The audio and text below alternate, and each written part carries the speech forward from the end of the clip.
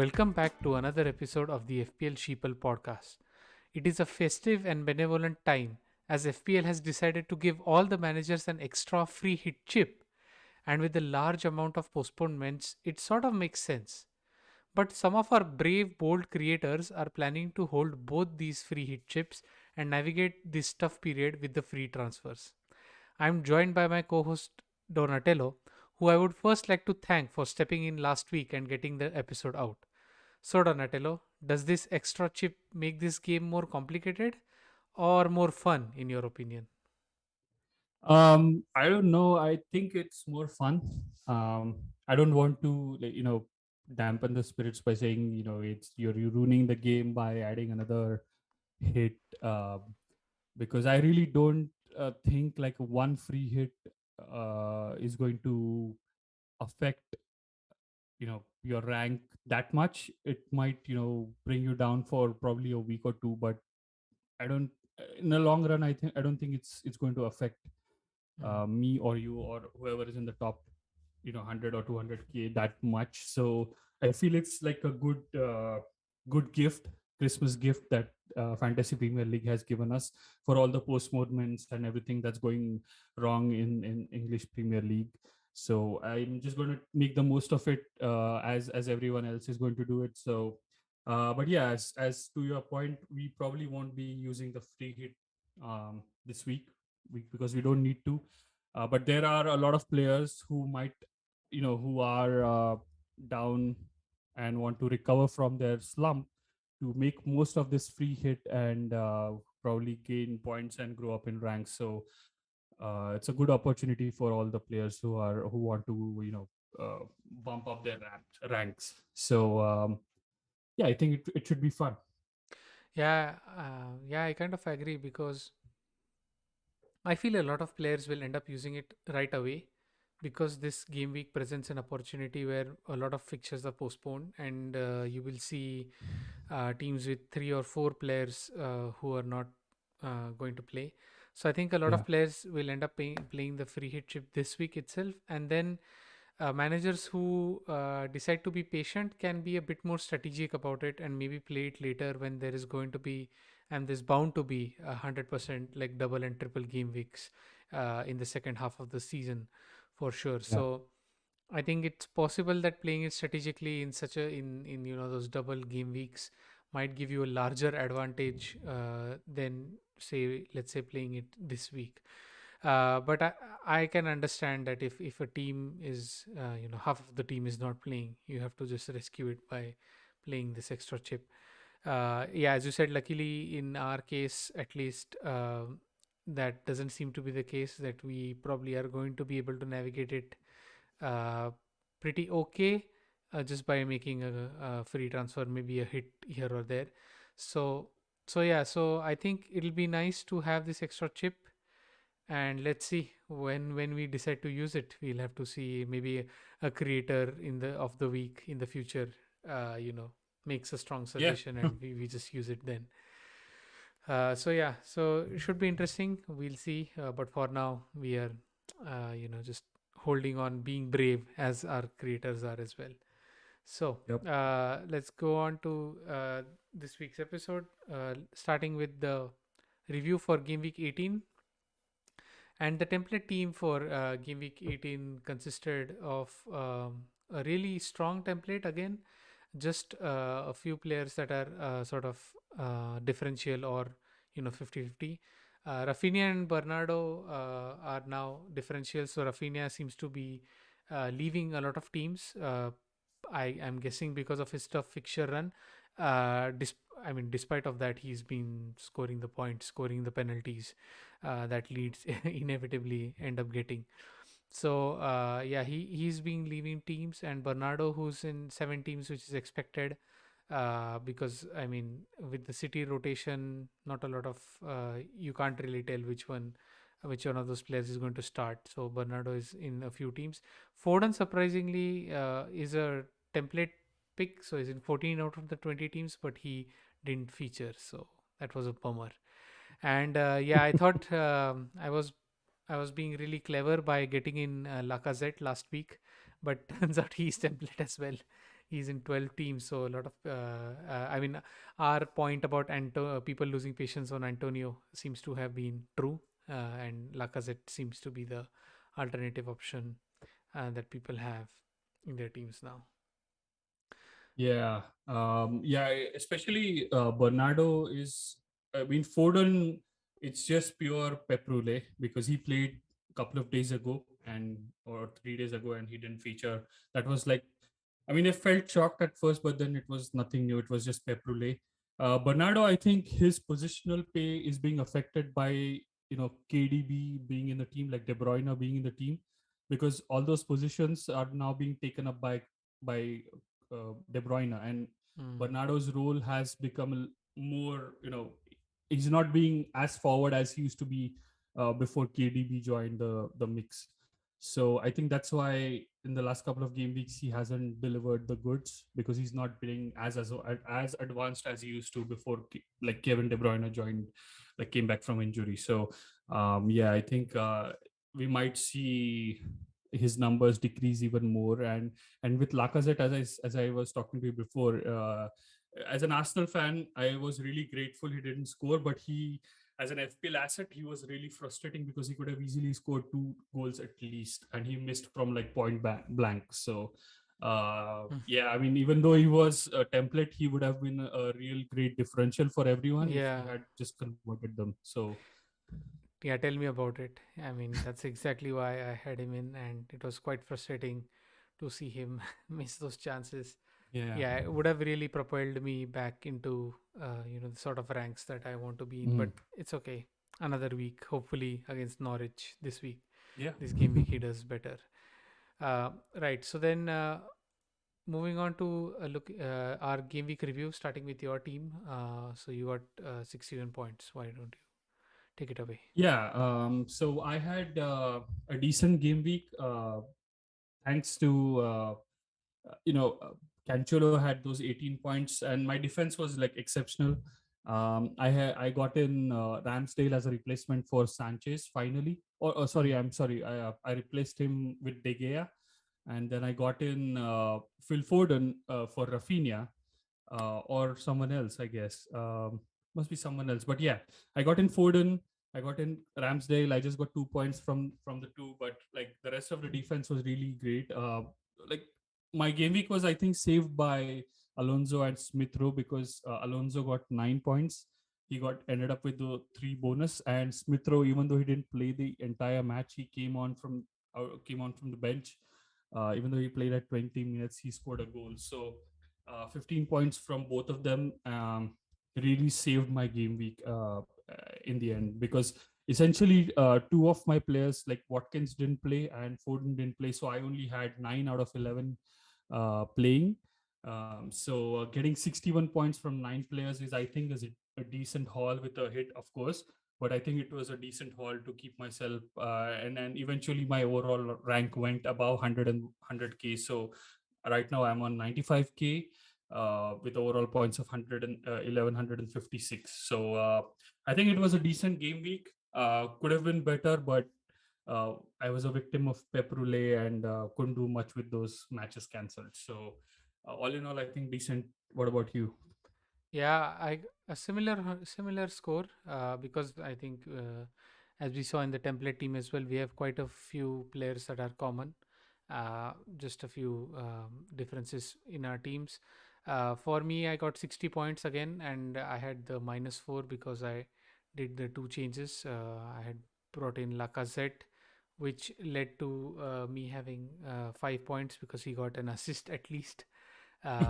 And yeah, for me again, Alonso and Cancelo were the major points grabbers, and apart from that, yeah, Watkins didn't feature, and I mean, I was happy with this haul because Hmm. even though 10 players played, 60 points is a good score.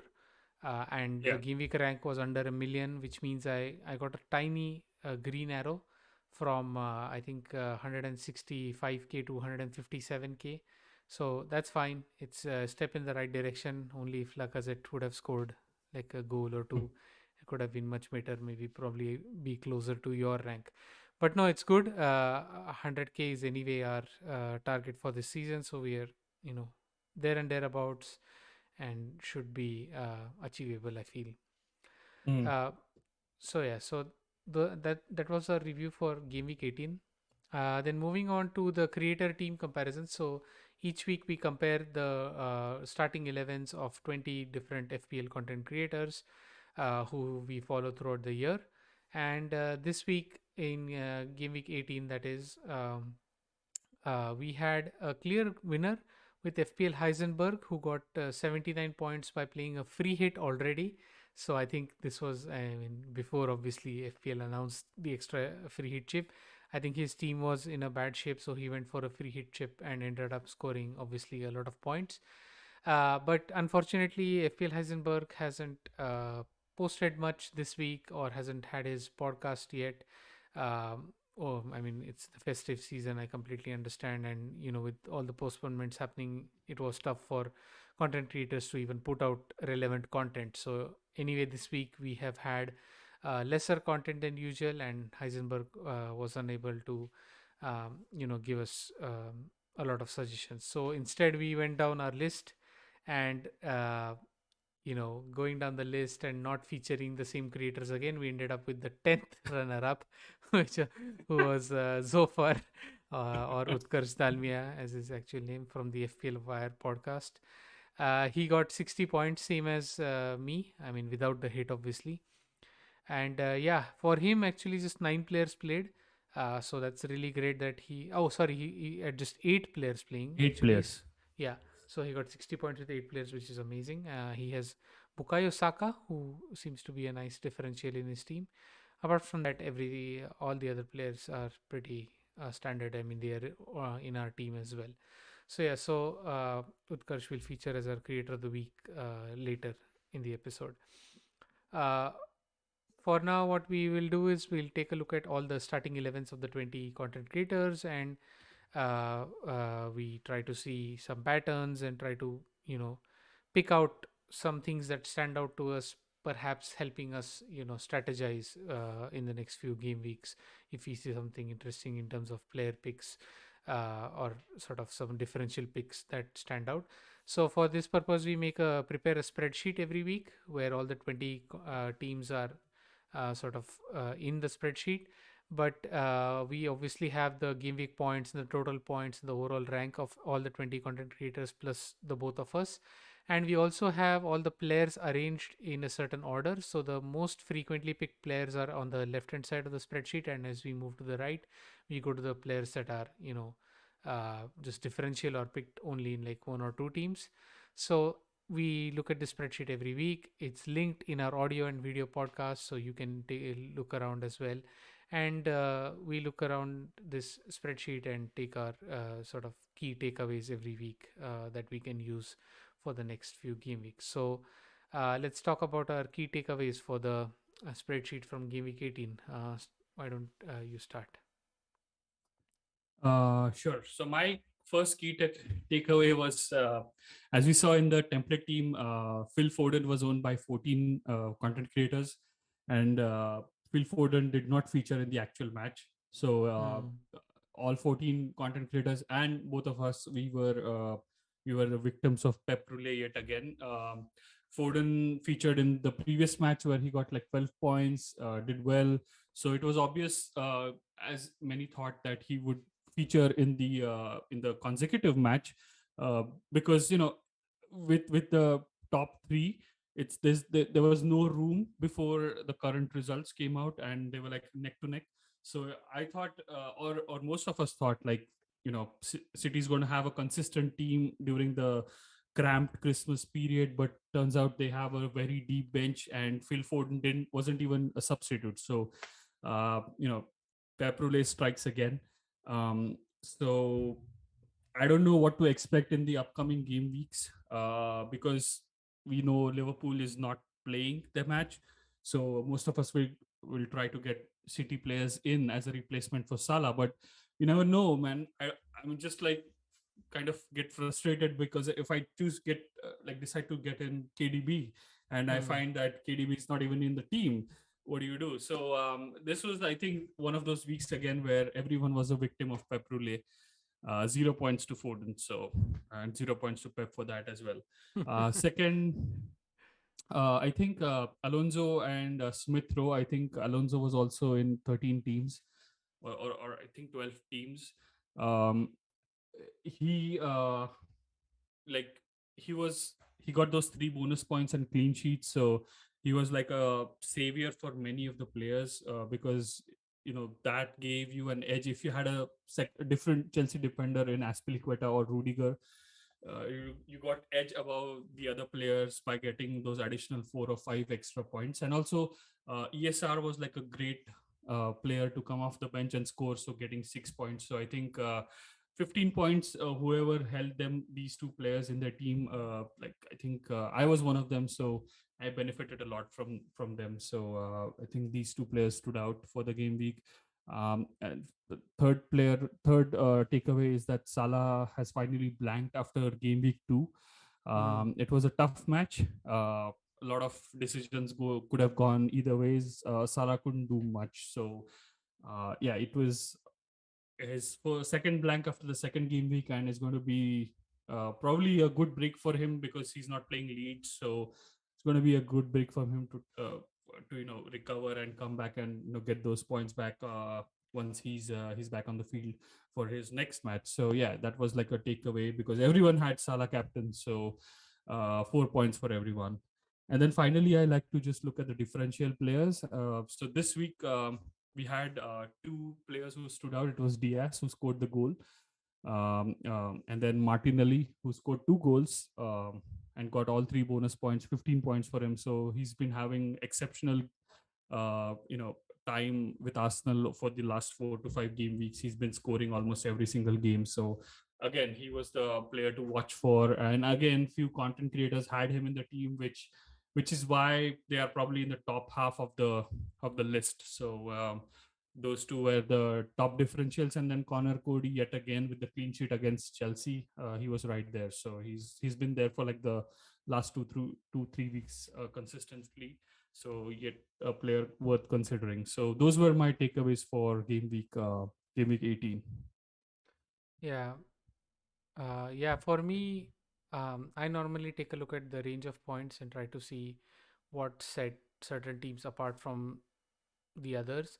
And this week, the range of points was quite narrow if you discount FPL Heisenberg's free hit play.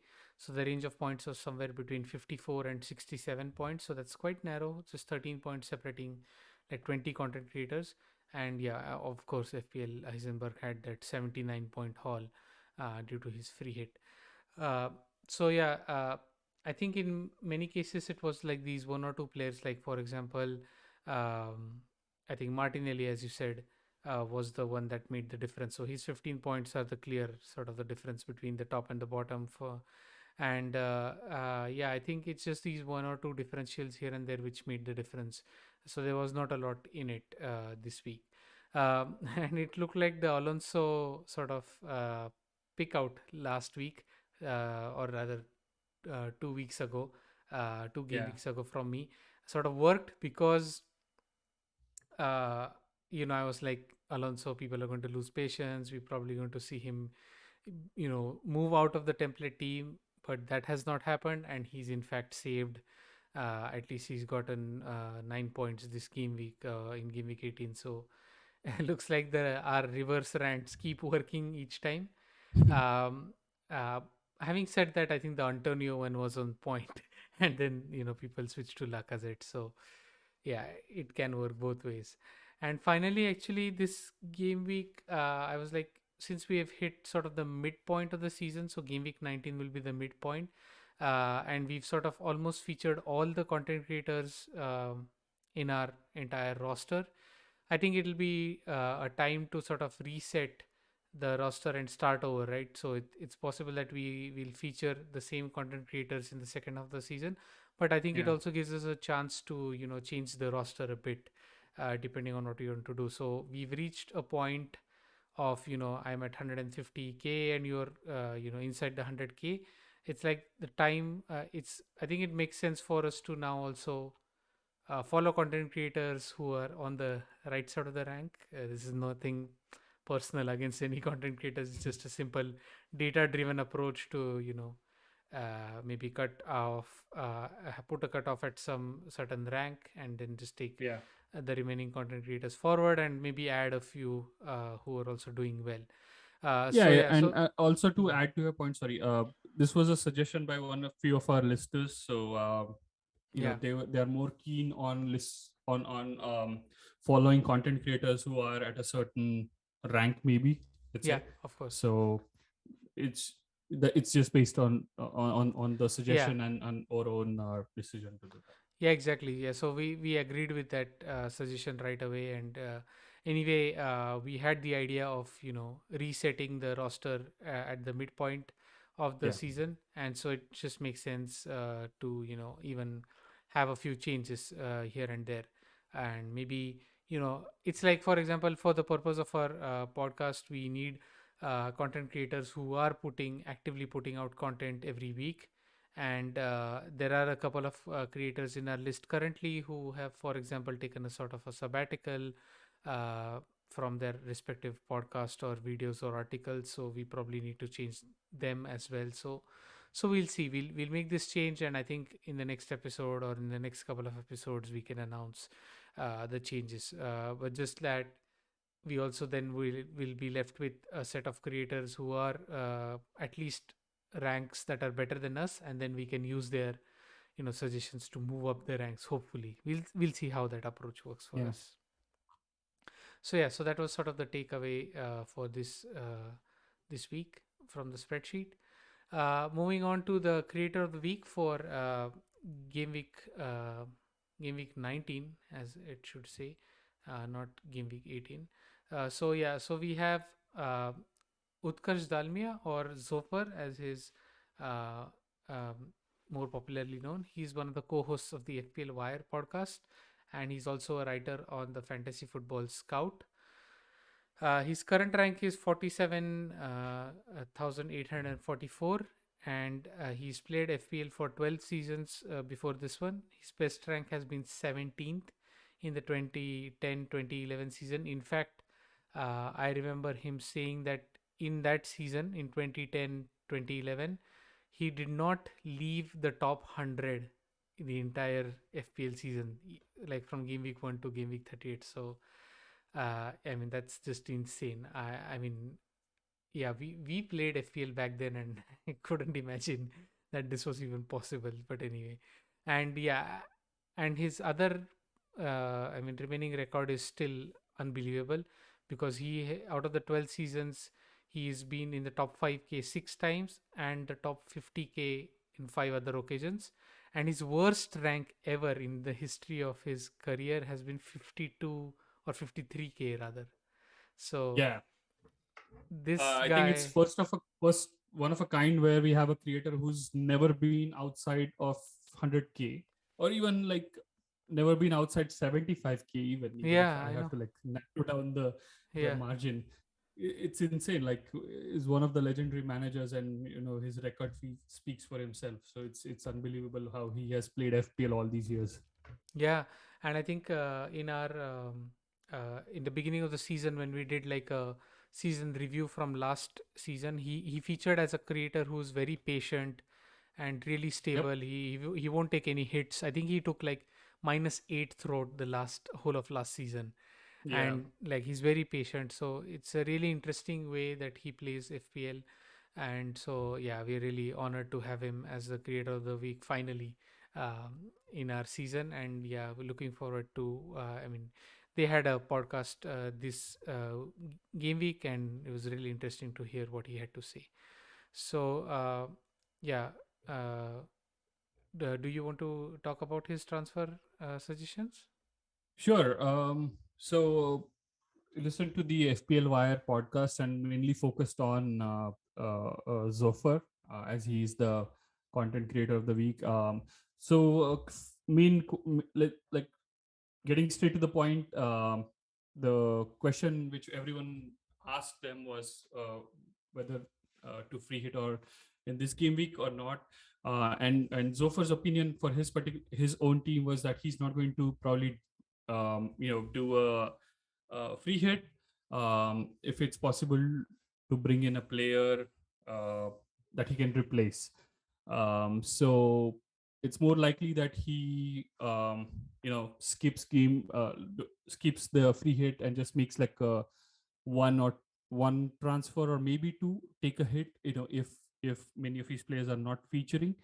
But yeah, he was pretty set on not making that taking that free hit for the upcoming game week.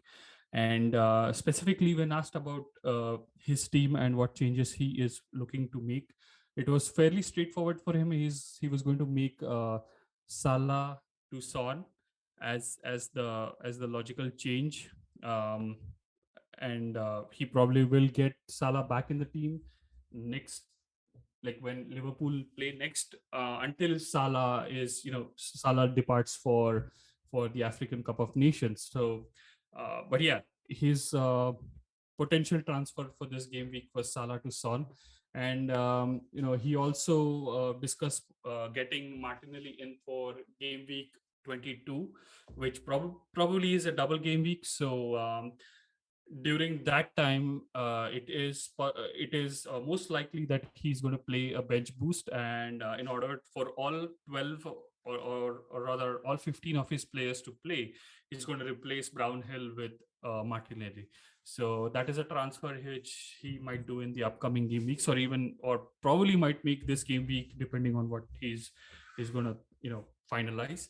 And finally, Broja. I think Broja is mainly a placement striker in order to free up cash, and also he's doing well for the last couple of game weeks. So yeah, so that's all in lieu of game week 22, which is a double game week. So if you have all 15 players who are playing, it is a good opportunity for you to make or utilize your bench boost, and make sure, like, you get those points which are on your bench. So those were essentially his main talking points from the FPL Wire podcast. As I said, like, we didn't focus on everything.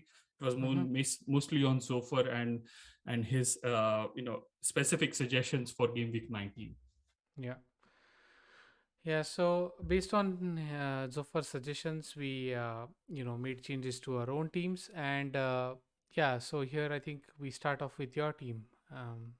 Yeah, Yeah, I mean, it's obvious. The change that I did was get it's a in really great.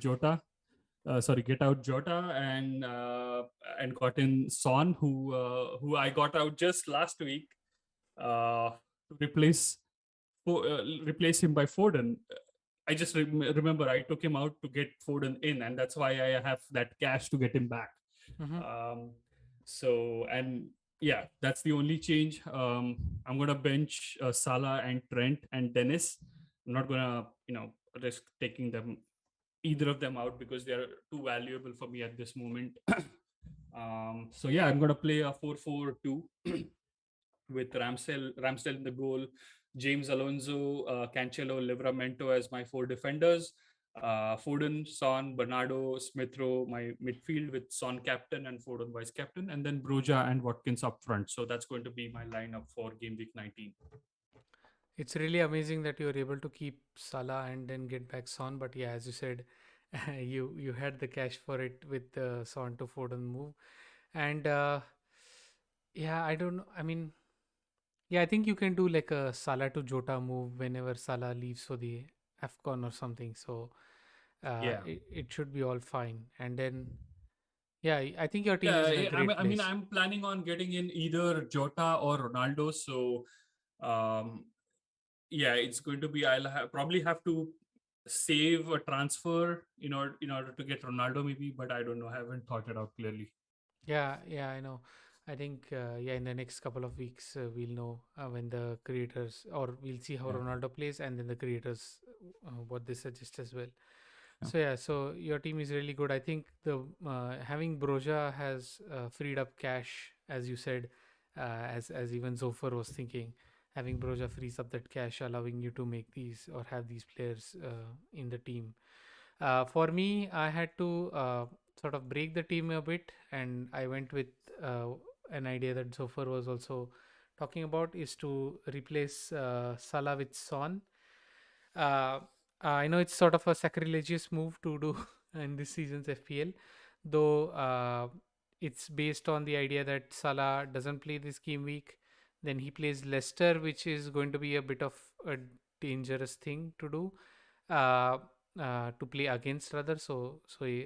Yeah, I mean, uh, I think I just have to take it on the chin in that game week. And then after that, he plays Chelsea, which is not the easiest fixture. And then he goes to the African Cup of Nations. So that's why this suggestion of Salah to Son by Zophar and by Mm. a few other content creators sort of makes sense. And but Yeah. I've just gone with it because for me, otherwise, I would have just had 9 players playing, and not all of them are having like have great fixtures. So that's why I needed to do this type of move so that I can have at least a good playing captain. So Salah to Son was my move, and Son remains my Yeah. captain against Crystal Palace because he's in good form. And yeah, I know Palace are also a good team, but Son can score against them for Yeah. sure. For me, the other part or the other changes are like Trent remains in my team. He's on the bench, and I have Livramento who plays against West Ham. Apart from that, Jota is in my starting 11, but he's not going to play, so that's okay. I'll just have 10 playing players. Ford and Bernardo are my other midfielders, and Watkins and Lacazette up front. So Lacazette against Norwich is again I feel good about this pick. So Yeah. hopefully helps me, uh, I just found out a few minutes ago that Tim Krul has COVID, so he's definitely not featuring that match. So, oh, awesome. uh, uh, it's a great opportunity for Arsenal forwards to score Yeah. goals. So, fingers crossed for you. Yeah, that's also really great. Yeah, that's awesome. So sort of papers over my problem of Jota not playing. So should be Yeah. good. Looks good. Free hit is saved unless tomorrow there's like some sudden announcements that more postponements or more players are not playing or whatever. Then I don't know at the last minute. I don't feel comfortable, but you never know. We might do a free hit at the last moment or something. Yeah. But anyway, I think this team is pretty good, and we'll see how it goes.